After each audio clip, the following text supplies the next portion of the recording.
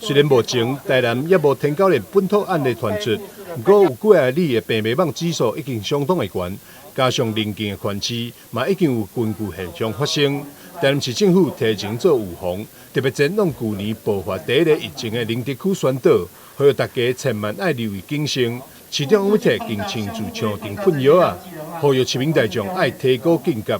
去年的台南市的第一例，2023年的第一例本土登革热是6月12日发生。那我们现在已经6月25日，我们并没有本土登革热疫情发生，但是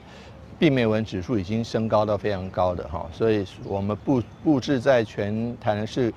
去年的好发区域的这个溜卵桶，那个里面的虫卵跟孑孓的数量都相当高，再加上连日大雨，所以说让大家对于今年的疫情也不敢乐观，尤其是在南美洲的巴西以及东南亚各国的疫情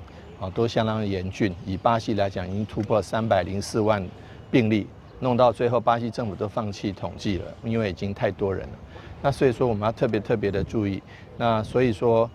今年我们也全面的实施去年实施1次的大规模喷药今年是2次就是在大雨过后，那我们做户外防治。那希望说疫情不要发生。那由于市民的提高警觉，以及市府同仁，包括环保局、卫生局，还有里长、区长他们的努力，那希望能够在第一时间就能抑制疫情的发生。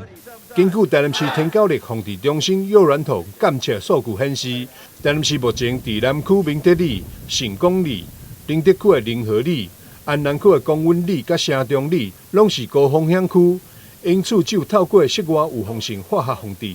进行超前部署的风险控制，也呼吁当地居民、社区防疫志工以及全体市民，做伙来对抗轻度助生源，才当防止天狗类疫情。记者张秀仪采访报道。